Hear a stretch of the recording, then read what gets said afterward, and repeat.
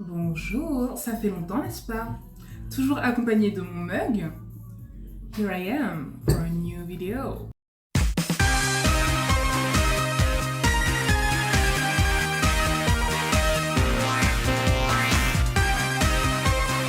Les choses que je ne supporterai pas en 2024. Alors je sais que ça fait très youtubeuse 2012-2016, but I do not care. That's my channel et c'est exactement ce que j'ai envie de faire depuis un moment. Je réfléchis et en fait il y a beaucoup de choses que j'aime pas. En fait la fille était grise jusqu'à la moelle, c'est maintenant que vous la prenez. Je pense que c'est une vidéo qui était assez nécessaire parce que on a tous nos standards dans la vie. On a tous des choses qu'on ne supporte pas. On a tous des choses, enfin comment dire, on vient de se rendre compte que ouais ça je peux pas l'accepter. Ça j'ai du mal, ça faudrait que ça change et bah j'ai regroupé tout ça dans mon carnet. Et j'ai 7 choses que je ne supporterai pas en 2024. Parce que autrement, ça va chier. Non, mais qu'on se le dise, 2023 a été difficile, 2022 n'était pas simple non plus, 2024. Ok, c'est moi qui me pose les règles. Première chose, les débats religieux. Oui. Non, en fait. Plus jamais de ma vie. Plus jamais de ma vie. J'en ai fait beaucoup cette année.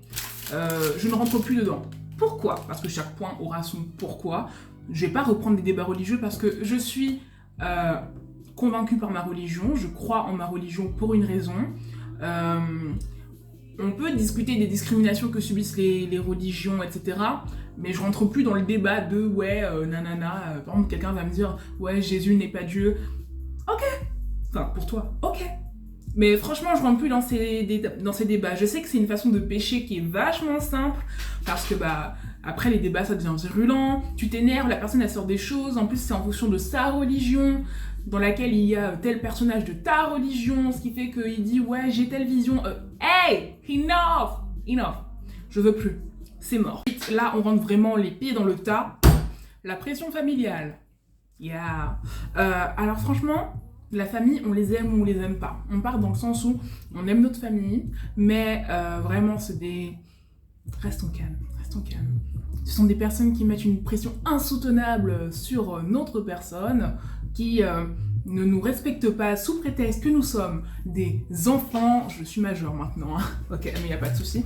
Sous prétexte que nous sommes, à ce qui paraît, moins matures, alors que ces personnes-là arrivent à s'embrouiller avec des enfants de 18 ans quand elles en ont 58. Parlez vous-même hier soir. Vous n'avez pas honte. Voilà. Donc la pression familiale, franchement, c'est dur d'en sortir, mais ça, je ne supporte pas. Dans le sens où, en 2024, je vais commencer à exprimer à ma famille que, ouais, mais non. Well.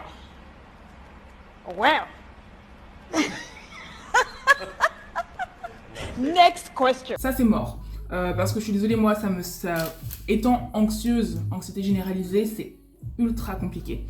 Étant stressée comme jamais, ayant eu une année, des 2 ans chaotiques dernièrement, la famille, je vous aime bien, mais de loin. Du moins quand il s'agit des choix de vie personnelle et quand il s'agit de la compréhension, parce que bon, quand une personne de ta famille peut te dire « Ah, mais t'es toujours fatiguée alors que t'étais dans un épisode dépressif », honnêtement, j'ai pas envie de répondre gentiment.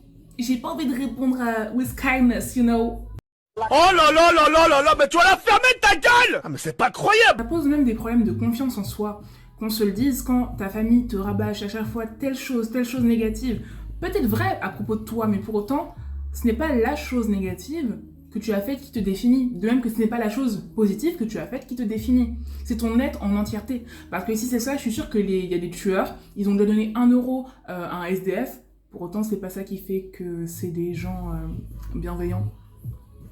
Certains, en fonction des pays et de la culture, ont du mal à comprendre que, je parle pour nous, les enfants d'immigrés en Europe, que ouais, quand tu es en France, tu n'as pas la même mentalité que eux qui sont dans notre pays d'origine, que forcément la socialisation est différente, que les états d'âme sont différents, les envies, et etc. Tout ça change parce que ces genres de personnes sont trop centrées sur elles-mêmes et c'est un problème. Mais quand on essaye de leur expliquer et qu'elles n'écoutent pas, ou juste ça devient trop, bah c'est simple, il faut savoir se protéger dans la vie. Donc ça je dis stop. Yeah. C'est très délicieuse.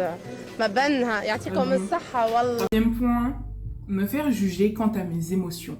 Oui, car je sais qu'on est beaucoup, mais me faire juger quant à mes émotions, c'est une chose qui est tellement proéminente dans ma vie et c'est une chose que je ne vais pas continuer à supporter. En soi, je ne l'ai jamais supporté. Là, c'est juste que je vais exprimer mon mécontentement avec juste raison. Je sais que je suis hypersensible. Ce n'est pas que pleurer tout le temps, c'est aussi être non, pas trop, parce qu'on ne ressent jamais trop. Très heureux, quand t'es fâché, t'es très fâché. Enfin, ça dépend, même si moi, colère, c'est un peu moins ça. Bref, même depuis petite, j'ai toujours été assez sensible.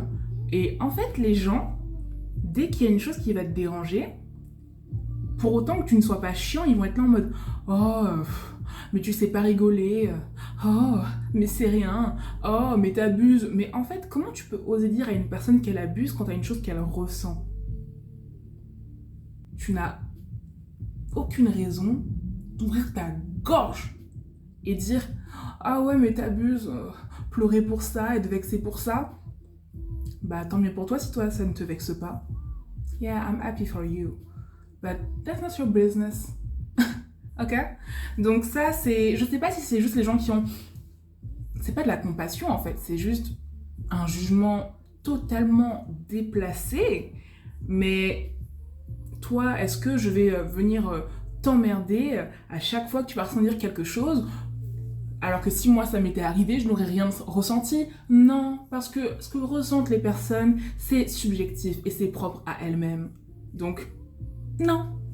Donc ouais, me faire juger quant à mes sentiments. Et ouais, quatrième chose, évidemment, j'ai pas accepté que vous continuiez à ne pas boire assez d'eau. Surtout vous les filles. En fait, vous allez vous dire, ouais, mais tout le temps dans ses stories, elle dit buvez l'eau, buvez l'eau. C'est pas pour rien que je vous dis ça. Hein. Boire de l'eau, c'est super important.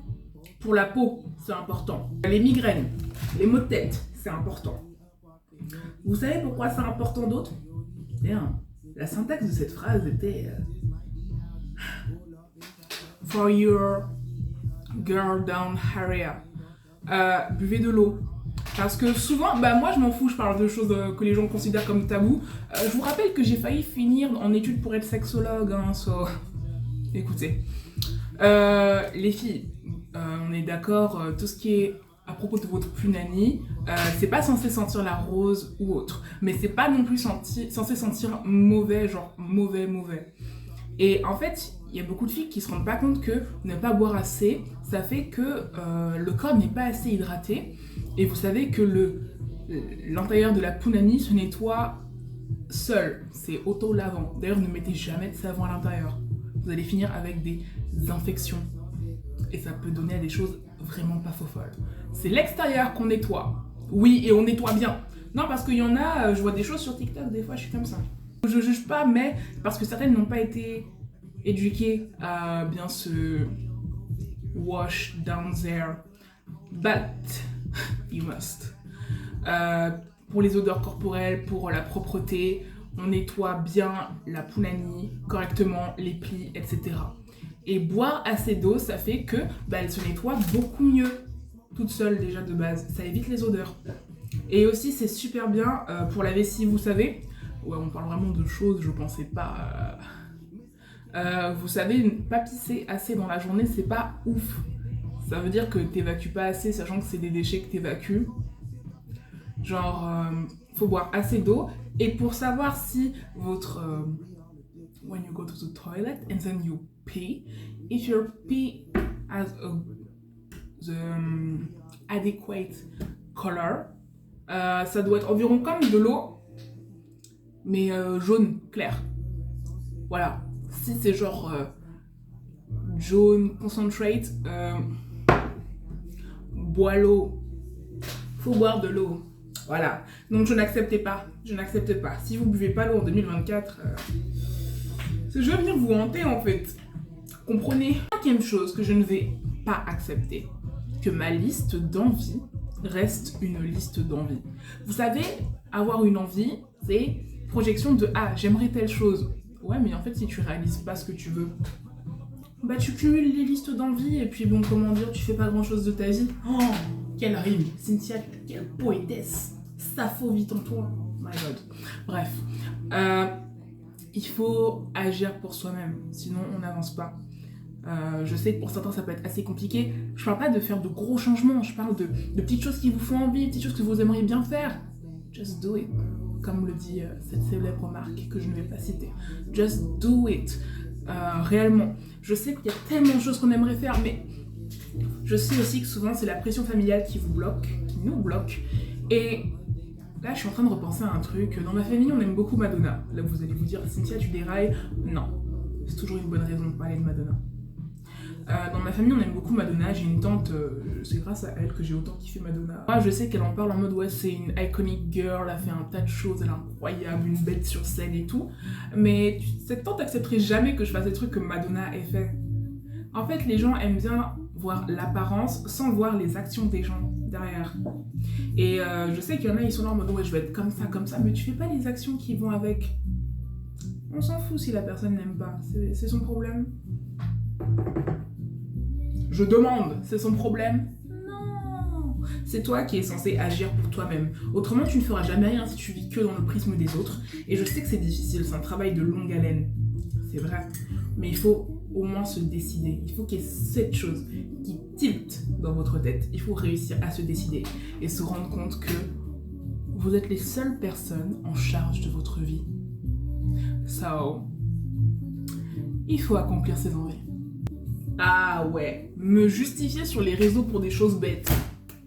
Non. Je me souviendrai toujours de ma vidéo SNCF que j'avais faite sur TikTok et tout, je me plaignais.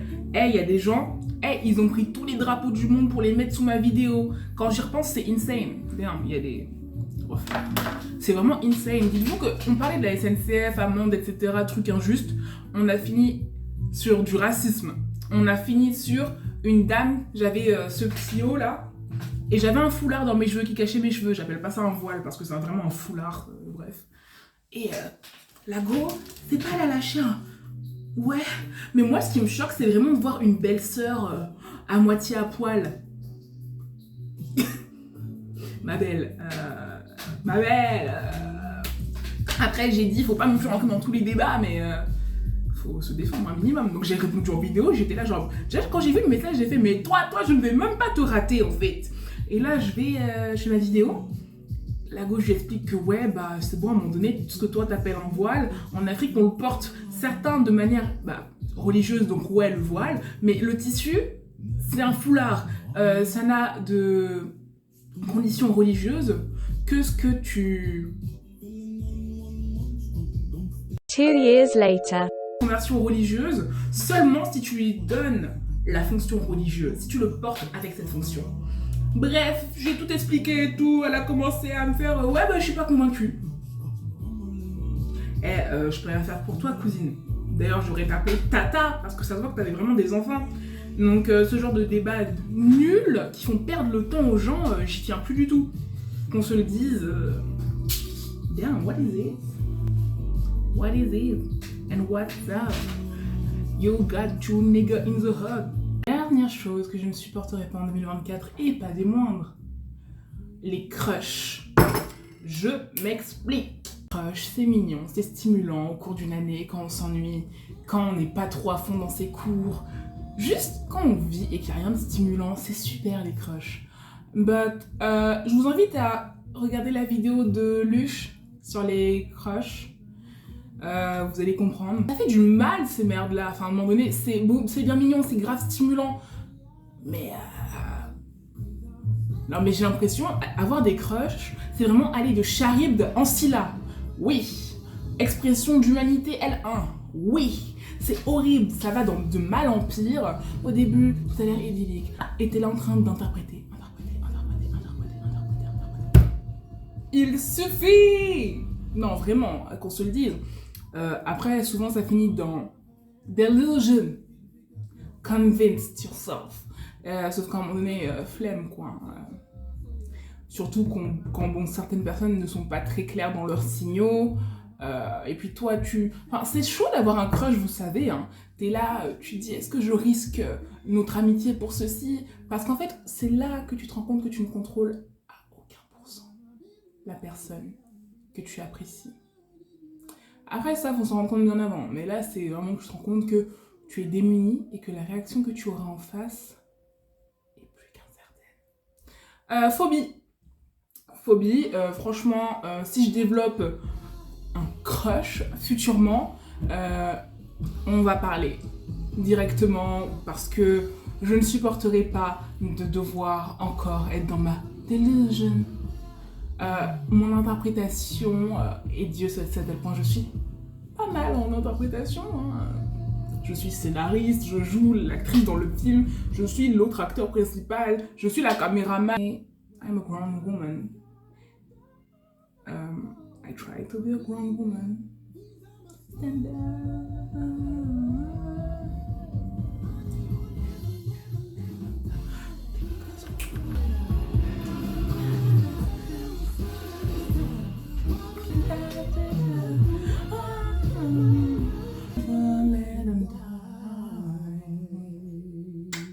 Comme il a dit, these are my standards and I'm never let them die. Voilà. Donc les crushs, la vidéo est terminée. Donc vous, mes petits aigris du village, ouais, parce que je suis pas la seule, hein. Je suis peut-être la reine des aigris du village, mais vous, franchement, vous êtes mes loyaux et sympathiques sujets. Je vous aime. Dites-moi ce que vous ne supporterez pas en 2024. J'attends, je veux que ces commentaires soient pleins d'aigreur. Let's go. So, see you later. Et n'oubliez pas, l'eau. Huh?